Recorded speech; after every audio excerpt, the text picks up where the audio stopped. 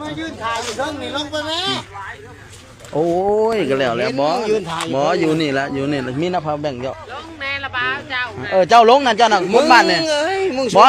ทีมงานข่อยมันลงแล้วนี่เปลี่ยนก็ลงแล้วถ่าเปลี่ยนก็ลงนี่ถ่าเปลี่ยนก็ลงนี่มันมีเรือนี่2 ลำ 3 ลำนี่เรือตัวนี้ก็จมอยู่เนาะจับอยู่ใช่อีกแหละเอากดไลค์กดแชร์เด้อพี่น้องเด้อกำลังไปเนาะทีมงานกำลังลงเนาะบอยลงเลยครับจับเอาเรือขึ้น2ก็บ่ได้เรือขึ้น2บ่ได้แอ๊กเอาไปผู้รถผู้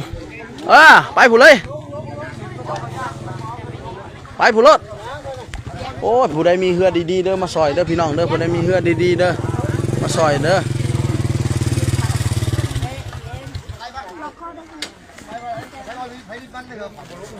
กดไลค์กดแชร์เด้อผลิตกดไลค์ออกไปเด้อกดไลค์กดแชร์ออกไปวัยรุ่นจมน้ำเอาง่ายๆชาว7 ปีเพิ่นได้จมน้ำอยู่แถวนี้แหละเนี่ยอยู่ที่บ้านนาเตยเมืองจำพรโอ้จัดใจก่อนพูดแล้วกินก่อนหน้าจะได้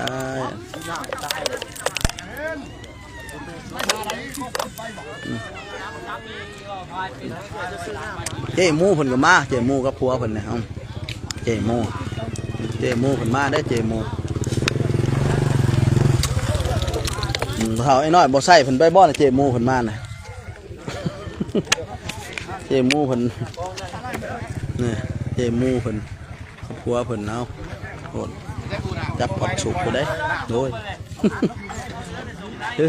มูมาเสือคนไล่กดแซ่เด้อพี่น้องไล่ชดได้แต่อยู่นี่เด้อพี่น้องเด้อเพราะว่ามันสัญญาณบ่มีหันออกจากนี่ไปสัญญาณบ่มีเลยไฟผ้าบ้านเพิ่นดับเพิ่นว่าบ่ได้ดอกขี่ผู้เดียวบ่ได้เรือมันหัวขอความช่วยเหลือเรือเด้อผู้ใดมีเรือก็มาซอยนี่เด้ออยู่ที่บ้านนาเตยเด้อผู้ใดบ่ฮู้ก็โทรเข้ามาหาเขาหน่อยก็ได้โทรเข้ามาเฟซโหลดเรือจมเด้อพี่น้องเด้อขี่หลายคนบ่ได้คนเดียวก็บ่ได้พอมีแต่เรือลำเดียวนี่มาไม่ผูกกับไฟฮะ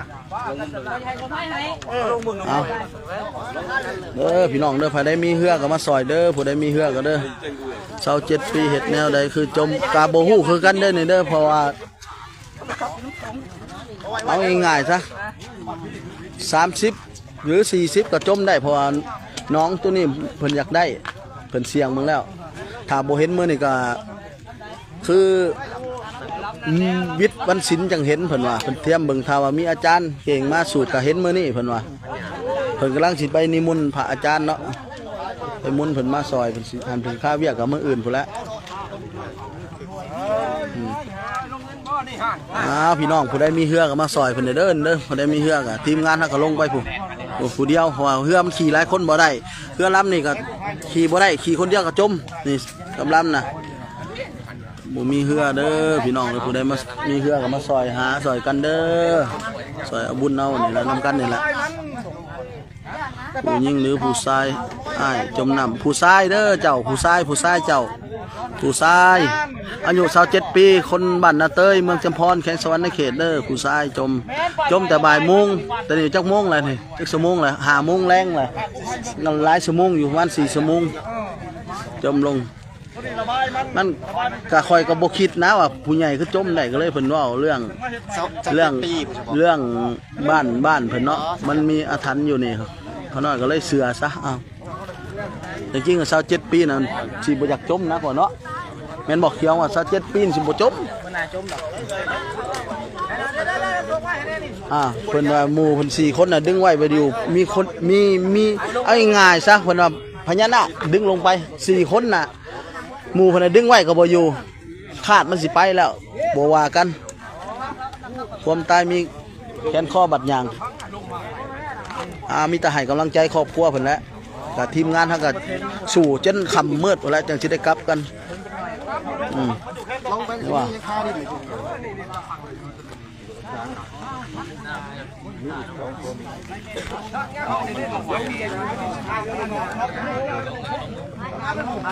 ไลค์กดแชร์เด้อเจ้าเด้อคนไลค์กดแชร์ขอให้เห็นไวๆสาธุขอขอบใจเด้อขอขอบใจไม่มีพาราแบ่งวะ